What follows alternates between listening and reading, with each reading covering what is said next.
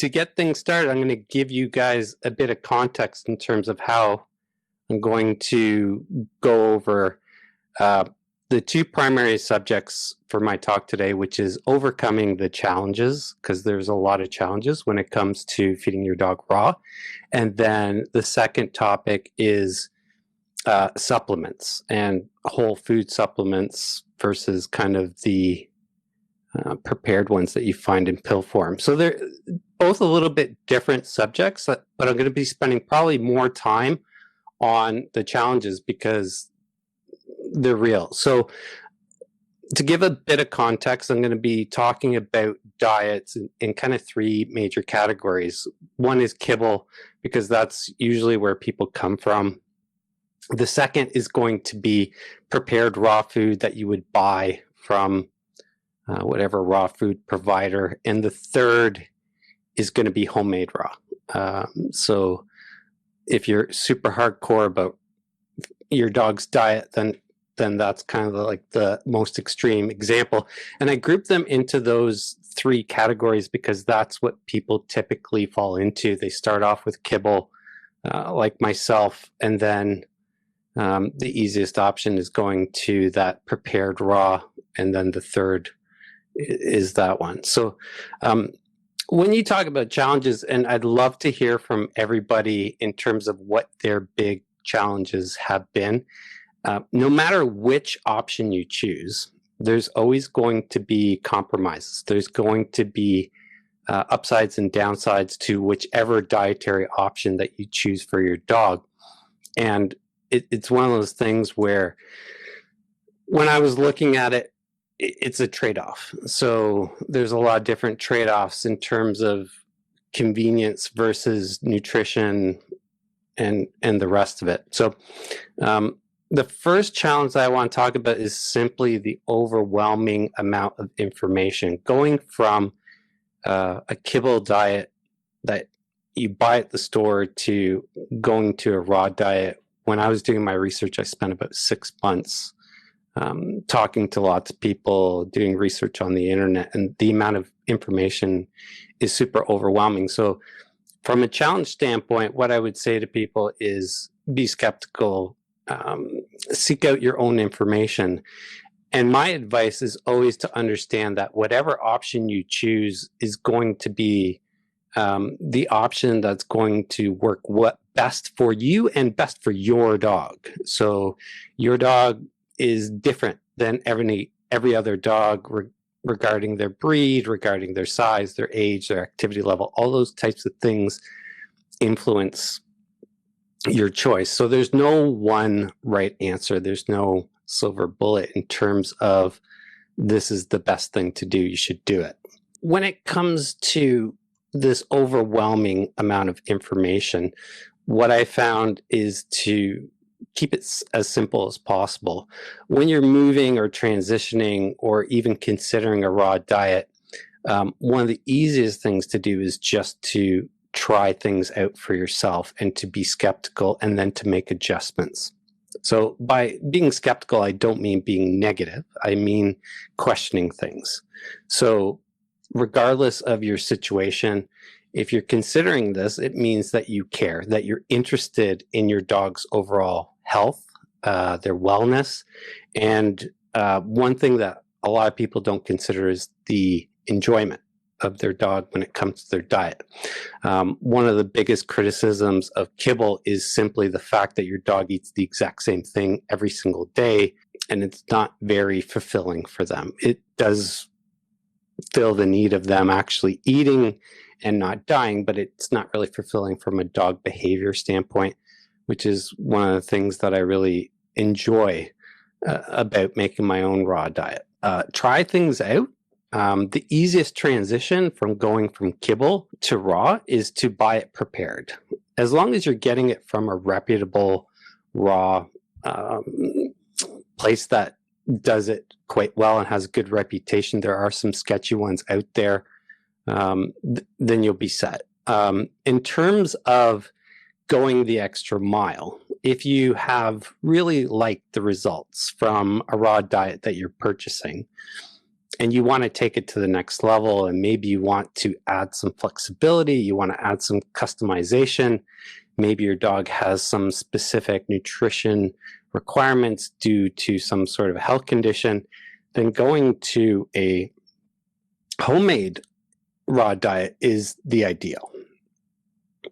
However, when you do that, there's some compromises and some challenges. So what I'm going to talk about first is the transition into going from raw into a prepared diet. And the biggest one that you're going to notice right away is that you're going to need a ton of fridge and freezer space that you never needed before. Kibble doesn't need to be refrigerated. It's not perishable, and it's a bit of a shock. Now I'm a single guy, so I have plenty of room that I've stolen from myself to give to my dogs in terms of freezer space.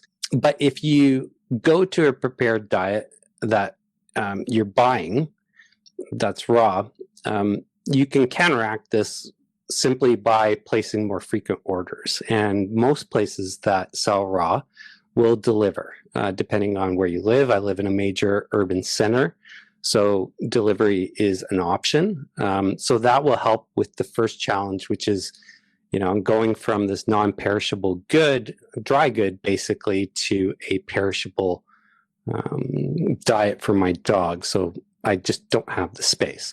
If you have multiple dogs, or if you have a large dog, those requirements go up exponentially. So that's one of the big trade-offs that you get from going from kibble, which is dry good, into something that's raw.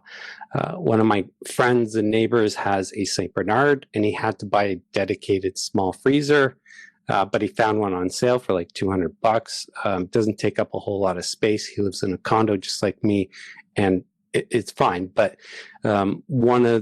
that's one of the things to consider. It's one of the downsides to raw, and feeding a diet that's perishable. You run into that. I haven't found too much of an issue. It just means that for me, I do it more frequently. So because I make my own raw diet for my dogs, the space issue is addressed by shopping more frequently. So I prepare about 2 weeks in advance.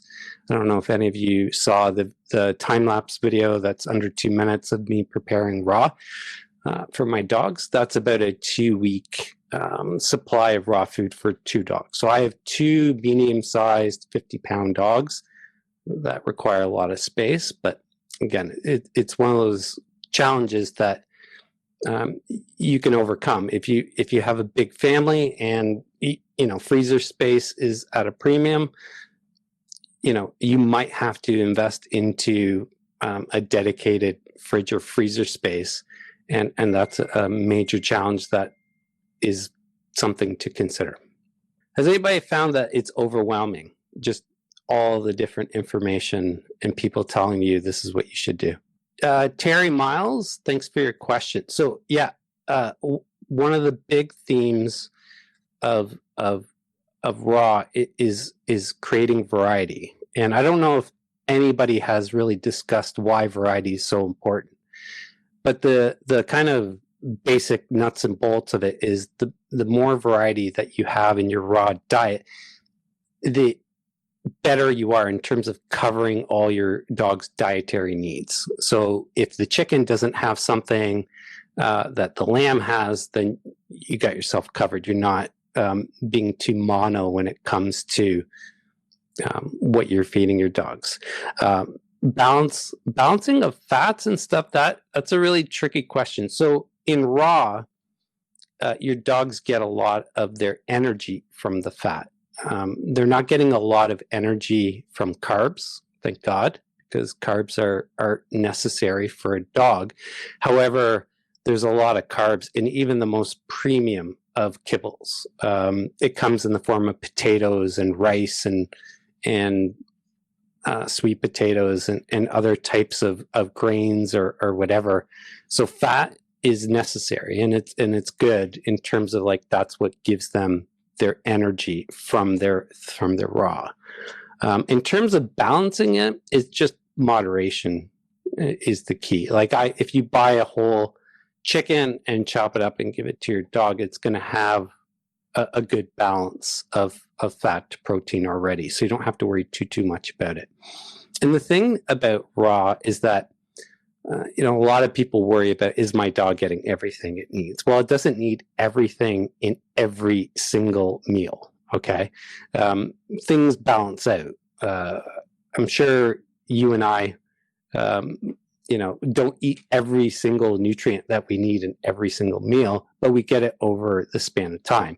So if you're missing something one week, you might get it the next week. Okay, so there's another question from Ruth about seasonal allergies. Okay, so when it comes to allergies, with raw diet, it's a lot easier to isolate what your dog is allergic to because you can switch out the proteins. If you're talking about a homemade raw diet, it becomes even easier because you have absolute control and you know exactly what is in your dog's diet, regardless of what it says on the package. So in terms of like isolating what your dog is allergic to, you can definitely go to the vet and have some tests run. But if it's diet connected, then you can simply use the process of elimination to isolate what might be triggering that allergy. Steve says, yes, I know it's hard to believe at first. And that's the thing that I will tell each and every single one of you, regardless of what you read, regardless of what expertise or how many letters there are behind somebody's name, the truth of the matter is they don't know your dog. Your dog is unique. And as your dog grows and ages, its dietary requirements are going to change as well. To give you an example, I have a senior dog who's almost 14 years old. He has different dietary requirements now than he did when he was younger or when he was a puppy. So nobody is going to definitively say, do this and that's it. And that's going to work for every single dog. The beauty of raw is that you have a lot more flexibility. So if you think of that spectrum of kibble, prepared, raw, and then your own raw food diet, the degree of flexibility that you have increases exponentially. So going to a kibble, for example, you don't have a lot of flexibility. Sure, you can choose different kibbles, but if you buy a 25-pound bag of kibble, you're kind of committed to whatever's in that bag for whatever period of time. Madly in love with Mosley. I am too. He's my boy. When you're talking about flexibility and customizing your dog's diet, as you go along that spectrum, you're going to find yourself having more and more flexibility in order to find what really works for your dog and what really works for you. So to be frank, there's two sides of this debate, right? So if you throw all consideration out for people, then okay, fine. It becomes a little bit easier, but that's not reality. Okay, so to give you an example, to make your own raw food diet, it takes about roughly an hour to 2 hours a week to do the meal prep, roughly. And obviously, that's going to depend on the size of your dog and your expertise and how much processing you have done. But regardless, it's going to take more time. To buy it prepared, you still have more flexibility than kibble because when you're buying it, you can choose, okay, I'm going to get 10 pounds of chicken, I'm going to get 3 pounds of lamb, and so on and so forth, and you can mix them up as you see fit, and it gives you that flexibility. What about a small dog that's 11 years old with not many teeth? That's a good question, actually. I was going to do a whole video on bite size. So most raw diets that you have, that you purchase, that are prepared, that I know of anyway, and you guys correct me if I'm wrong, it come in a ground form. So they're all ground up already, and that includes the bone portion. So if your dog is elderly or if it has bad teeth, then you want to definitely go more towards the ground type thing. So if you're looking at something like a barf diet or a prey diet, which the chunks are much, much larger, that might not be good for a dog with bad teeth. So you might want to go to a more ground form of raw. So hopefully, Audrey, that answers your question about that. And that's kind of like, think of it like a ground up raw diet is kind of like the mother pre-chewing it for a young dog. So it takes some of the work out of it so the teeth aren't really taxed. Definitely one of the benefits and one of the challenges that I want to talk about is prep time. So when it comes to prep time, again, we're going to talk about that spectrum. Kibble, there's like zero prep. When you buy a prepared raw diet, there's a little bit of prep, but not much, because all you have to do is really defrost it and maybe cut it up if you're getting it in the big blocks that they sell them in sometimes.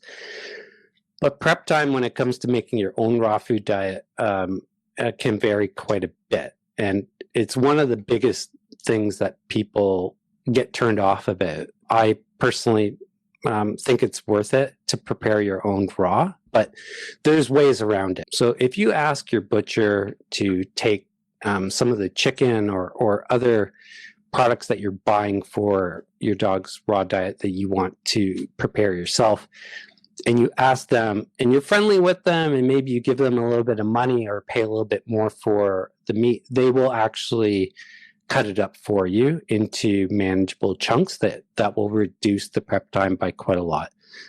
There's some people who buy their own ingredients for a raw diet and then they put it through a grinder. It doesn't really appeal to me, because one of the big advantages of going with your own raw diet and a barf diet or a prey diet is those larger chunks are actually really beneficial for your dog. So it's always a compromise between trading off convenience for, the benefit to your dog. It might not sound like a lot, but a dog actually chewing through big chunks of bone and meat is really good for them. It's good for their teeth. It's good for their mind. It's very satisfying to them. It's very primal activity. So grinding it up is definitely you're going to lose out on that part.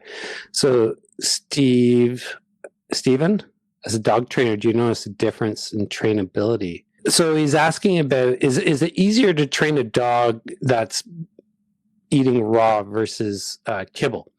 I would say probably not. The one big difference that you're going to notice from a training standpoint is the fact that kibble's got a lot of carbs. So you're going to get a lot of zoomies. You're going to get a lot of sugar spikes in their diet, which is going to create a lot of excess energy that you might find makes it a little bit more difficult to train them. However, it's not kibble is not really a barrier to training or trainability. It's more about the person doing the training and the techniques that they use. But the carbs do create like an excess amount of energy. Give a kid a bunch of sugar and see how hard it is for them to focus. It's a bad analogy. I moved to raw.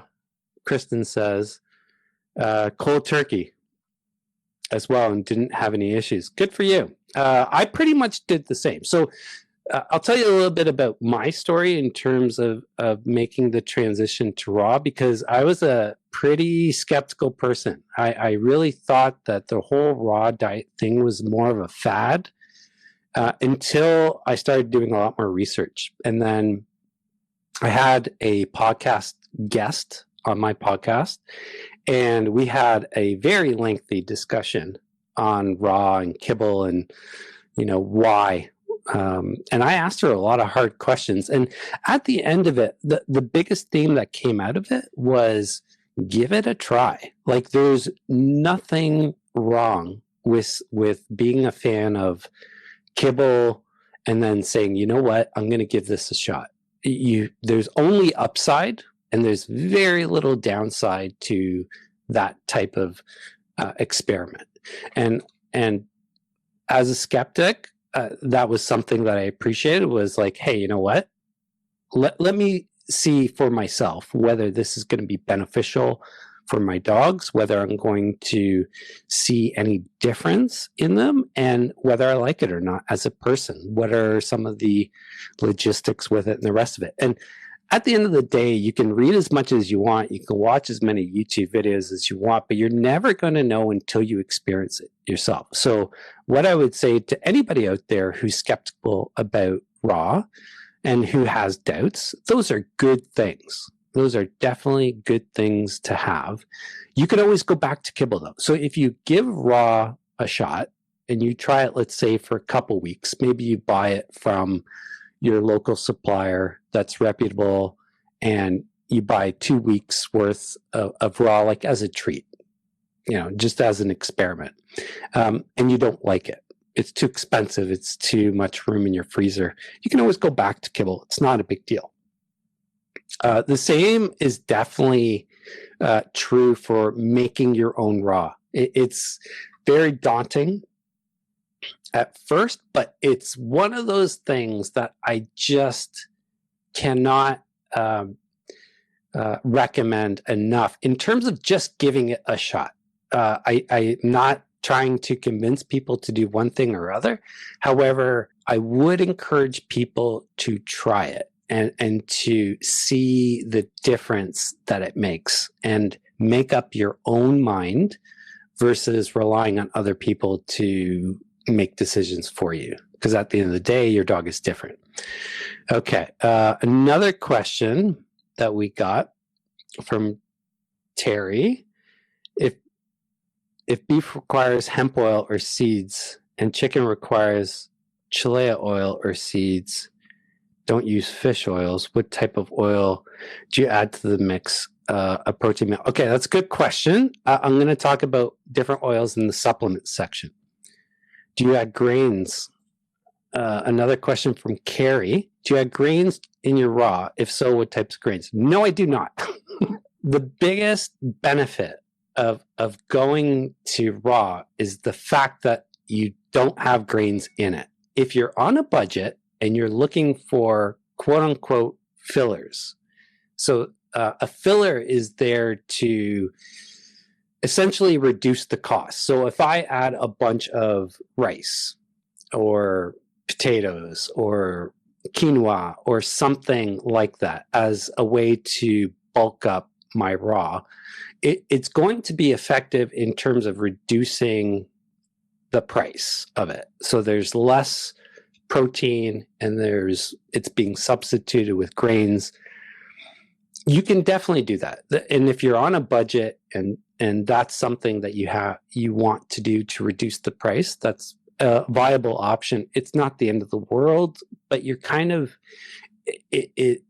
that's the big benefit of going to raw, is that there are no grains, there are no fillers, there are no chemicals. You can definitely do it. It is an option. I don't personally do it because I don't see the point in doing it, but like I said, try it out. So when you're preparing your own raw food diet, one of the best parts of it by far is trying out different things, trying out different proteins, different chew sizes for your dog. So one of the things I immediately started when I was doing raw is I would blend everything up. And it was a coarse blend, but it was all blended. And then I slowly moved on to bigger and bigger pieces until I found a happy medium that really worked for me. Kara says, thank you. I make DIY raw and do not add grains, but wasn't sure if there were any benefits of adding grains. Try it out. I mean, from a dietary standpoint, I don't really see, dogs don't really have a whole lot of need for grains, but I don't think it's going to hurt them in any way. It might, they might gain a bit of weight because of the grains, but I don't really see any downside to trying it.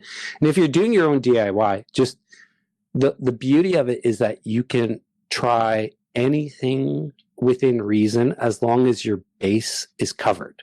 And when I talk about the base, I'm talking about the three kind of pillars of any raw diet, which is muscle, meat, bones, and organs.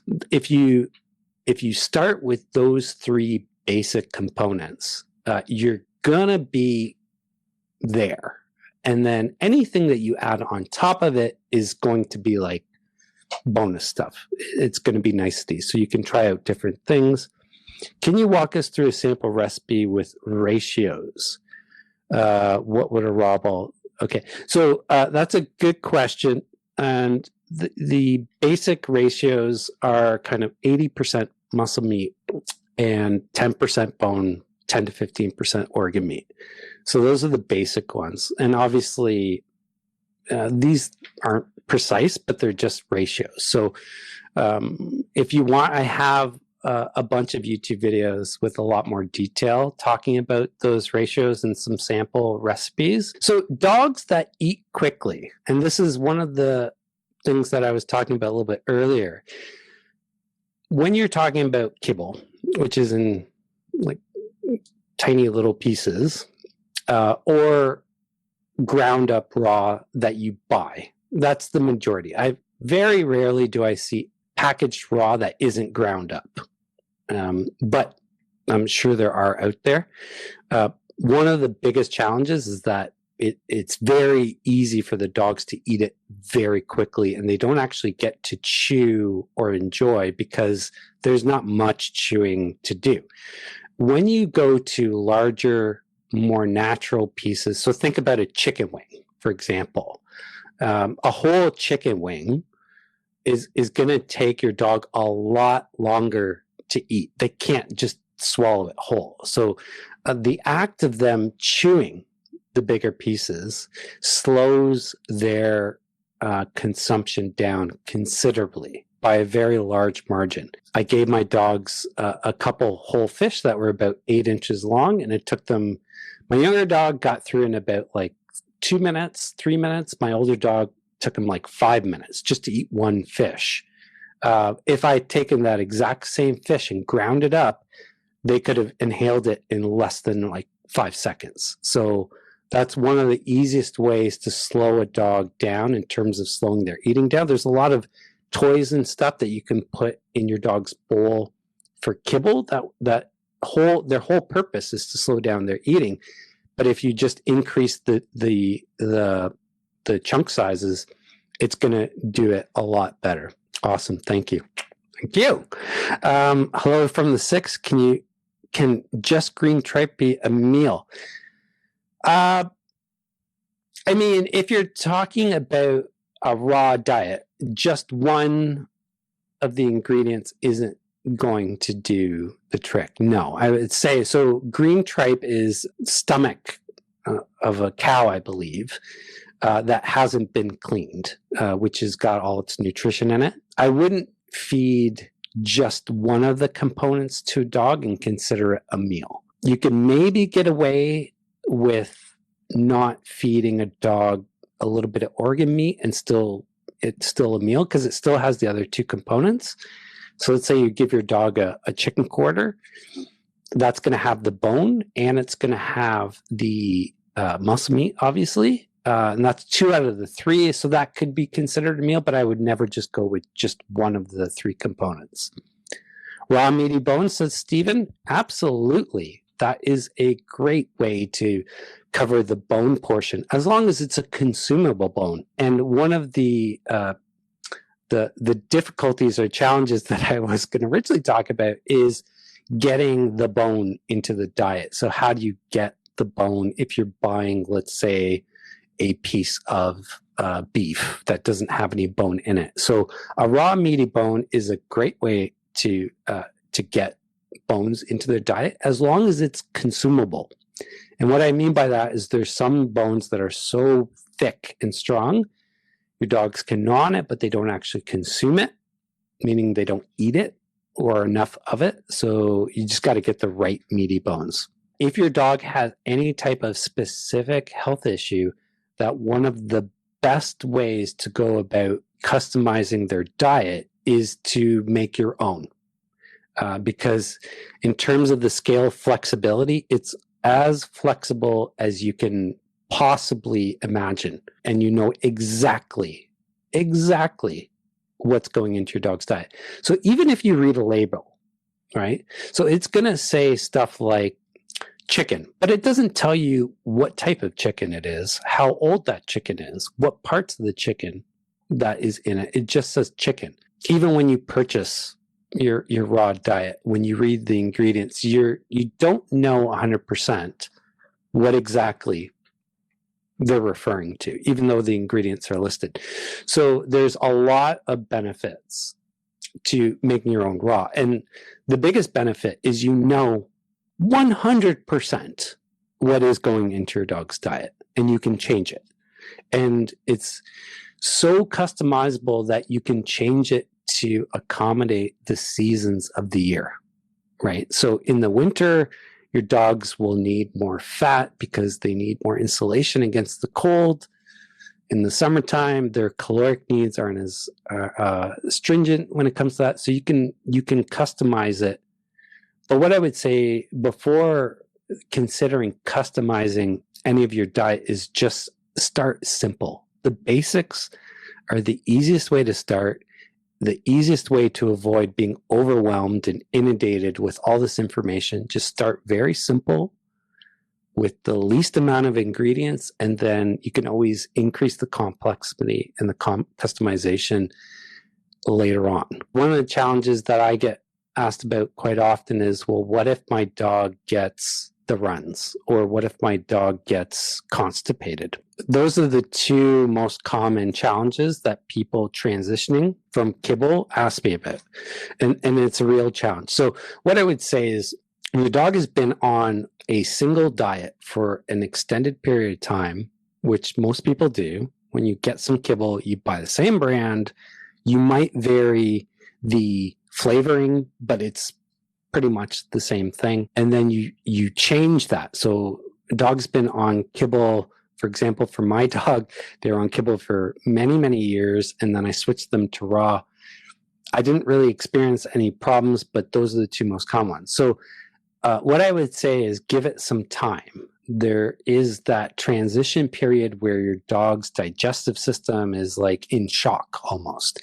It's saying, holy crap, I was eating this diet every single day, every single meal, and now I'm moving to this other diet, and they get the runs. Well, if your dog gets diarrhea, I'd say for more than a few days, there's probably too much fiber in the form of vegetables. Adding some bone will help balance that out because the bones keep everything as dense as possible. If your dog is on the opposite end of the spectrum and they are too constipated, it's usually because there's too much bone. That's the most common reason why dogs get constipated.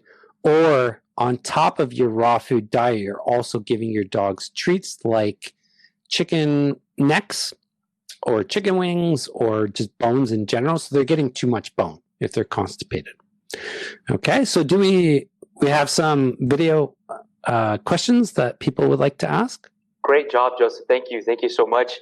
Anyone who has any questions who would like to appear on chat, let us know. I think you can just request to appear. I think we can have up to 9 people at a time. Sure. So I'm gonna just start with the chat ones because there's a few. Here we go. My dog's breath is stinky. Okay, that's a good one. That's a good question. So there's a couple things there. Usually a dog's breath will get stinky because they have a buildup of tartar and plaque from kibble or from raw food that stays stuck in their mouth. So when I was talking about the differences between a ground raw and a whole raw, like a barf diet, the act of chewing through the bones and will actually clean their teeth. So that's one way to do it. If your dogs already have tartar, you're going to have to get them clean because their breath is always going to stink. The other thing that you can do is give them chlorophyll in the form of green leafy vegetables. That will help with their breath. But if they already have dental decay and tartar buildup, the bones aren't going to clean it up. It's too far gone. But yeah, stinky breath is a very common complaint. So their teeth would have to be professionally cleaned, like at the vet's office? Is that what you're saying? It depends how far it is. Okay. So if it's really bad and they're elderly and it's been neglected and they've never been cleaned, then you might have to go the vet route. I bought a set of dental cleaning tools and I maintain my dog's teeth, so it's fine. And then the bones themselves will help with the maintenance. But the bones are not going to remove tartar. It's a bit too far gone for that to be an option. Okay. Hi, Astrid. How are you? Hiya. You have a question for Joseph? Yes, I'd like to start on raw food. And what is the first step I need to take? Like, what should I do when I go to the store? Or what do I get? You know, is there a pre-made raw dog food that I should get first before starting on the raw food, or just go and get some raw food? So you're talking about making the transition from kibble to a raw diet, how you should go about it? What's the best way? Is that your question? Okay. So the easiest... Done kibble and to moisture cans of dog food so that I can go to the raw. Okay, so the easiest way to transition to raw is to buy it. You don't have to worry about the ratios. You don't have to worry about preparing it at home. It's already packaged for you. A lot of times it's going to be delivered. That's the easiest way to do it. And that's what I tell people all the time, is if you're going to experiment with it, give that a shot, because it's basically you're just buying a box of food that you store in your freezer versus your pantry. And as long as you know how much to feed your dog, then it's pretty straightforward. That's the easiest way to try it out, for sure. If you're talking about... Go ahead. No, I was saying, do you have any recommendations or anything? I'm not sure what to do. Okay, so with that. So in terms of buying it, find a reputable manufacturer of raw food in your area. If you're unsure, go to the dog park, okay? Find some owners that feed raw and ask about their experiences with a local supplier. The one caveat I will make, and it's just a cautionary tale, is that if you're dealing with kind of small mom and pop shops, be careful, because one of them I found that was really affordable was adding water to increase the weight. And because it's a frozen product, right? When you buy raw, typically it's frozen. It's easy to mask a lot of weight because they're just pouring in water. And raw food holds water really well, obviously. So just kind of ask your fellow dog lovers locally if they can make some recommendations and what their experience has been like. Ask a lot of questions in terms of health and safety practices, things like that, how long they've been in business, their reputation, because you don't know what's going into it. So you have to really rely on reputation in terms of the quality. But that old adage of you get what you pay for is usually true, and you just got to be a little bit careful if it's too inexpensive. Okay? Thank you very much. You're very welcome. Thanks for your question. There was a question I read, though, I want to address concerning Antiraw vets. And I'm just trying to find it really quick. I think it was from Laura. And actually, that's a very common question that gets asked in my raw diet group almost every day. So I'm curious to see how you would handle that. Okay, can you read it out, because I can't find it? Sure. It says, it's from Laura. It says, any advice for raw feeders to communicate with their vets that are anti-raw? Anti-raw is very suspicious. Okay, so if your vet is vehemently against a dietary option that might benefit your dog's health, that puts some questions in my mind. The thing to understand about vets is that when they're going through their education, the industry supports the educational institutions. So kibble manufacturers are the ones that fund a lot of research. You won't find, at least in my experience, too many raw advocates who fund research at a university level in terms of the veterinary thing. And different vets get different dietary training, but there's very few vets that are actual specialists. So then you have to ask yourself, okay, is there a massive kibble display outside of this vet? And if there is, and I'm not, please don't take this as a criticism if there's any vets in the room, because vets are small business owners. They have bills to pay. So when a large company comes to your door and hands you a huge check and says, we'll give you a cut of everything that you sell, and it's going to supplement your income, of course you're going to encourage that type of purchasing behavior. So what I would say is if your vet is vehemently against raw, then get some second or third opinions. You got to remember, vets are health experts. It's like going to your doctor. They're not necessarily experts on nutrition. They're experts on the anatomy of many different types of animals. So a vet can see a cat, a bird, a squirrel, a rabbit, a dog, all in the same day. So for them to tell you definitively, no, this is not a good option, I haven't experienced that myself, but if I did, I'd find another vet, basically. If you think about, this is the way I explain the whole kibble versus raw thing, okay, to people. It's intuitive. So if I present you with a frozen pizza that you buy at a supermarket versus a homemade pizza, and I say, okay, which one is better for you? They're both pizza, right?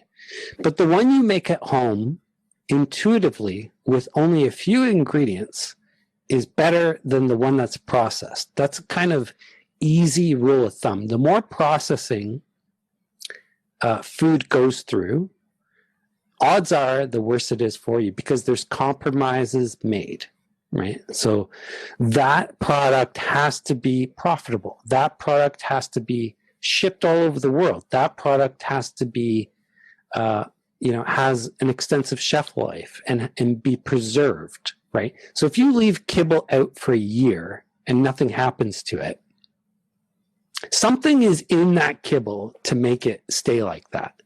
I can't leave a raw chicken on my countertop for a year and it'll stay good. It's going to go bad. Okay, that's one of the challenges that we were talking about earlier, is this whole idea of it's perishable.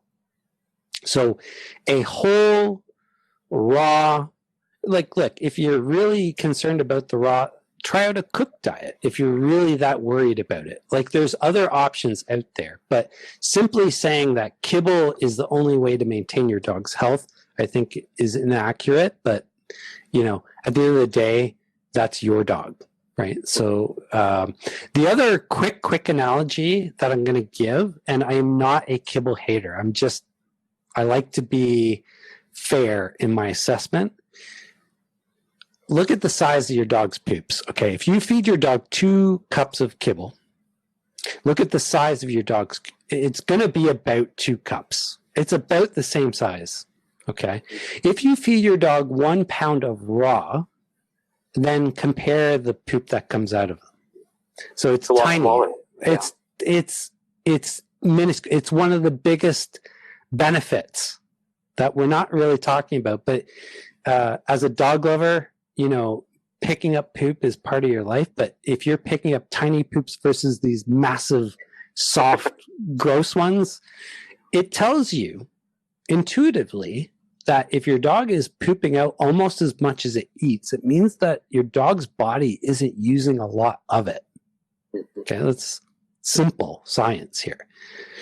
So the kibble industry is fairly recent. Like there was a time before kibble, and dogs did live, believe it or not. So I'd just be careful, but also take it with a grain of salt. So if your dog is saying that raw is bad, maybe they have had personal experiences where people made mistakes and they think it's attributed to the raw. Who knows? It's hard to know exactly where that point of view is coming from, but just be wary. Any other? I think we had a couple questions come in. Let's see, Agnes. I don't think we've answered this one about the aggressive chewer. It seems. Aggressive chewer. Sorry, can you read that the whole? Okay, question? it says my German Shepherd, 1.5 years old, chips the bones in an aggressive way. What bones are good to start with, and how to control / teach him so that he won't chip his teeth? Chip his teeth. Okay, it's probably a very thick, thigh bone from a cow. Those are super thick. If you look at a cross section, so antlers are actually a good alternative to bone if we're not talking about diet-wise in terms of just chewing on a bone, because they don't chip the same way. So if your dog's tooth actually chipped on a bone, it means the bone was super tough and thick. So maybe like a rib bone, which is much smaller and thinner, your dog can actually get through that pretty easily. But I've never heard of a dog actually chipping its tooth. In terms of rib bones, does it matter the protein? Like, does it matter if it's pork, if it's beef? No. Not really, because there's not a lot of bone on it. There's not a lot of meat on it. If you're talking about like a rack of ribs, that still has all the meat on it and stuff, that's a completely different kind of discussion. Okay. So if you're talking, I think what this person's referring to is the bones that your dogs chews on outside of their diet. It's not meant to be part of their main diet, although anything that your dog consumes, whether it be treats or bones, is part of their diet and should be considered when you're putting their diet together. Which is one of the tricky bits, and one of the reasons why dogs gain weight is because their dogs are fed based on a formula, and then on top of that they're given a whole bunch of treats and bones and other stuff that aren't accounted for. So just be a little bit wary of that. I like turkey necks or chicken necks for bone structure. Yeah, turkey necks and chicken necks, chicken wings are very high in bone percentage. So if you're looking for a bone source, those are great sources for bones that they can actually consume. Excellent. Good. So I'm going to transition into supplements because that was the second part of the talk. And if you guys have any other challenges, feel free to ask them. But I'm going to move on to this topic right now.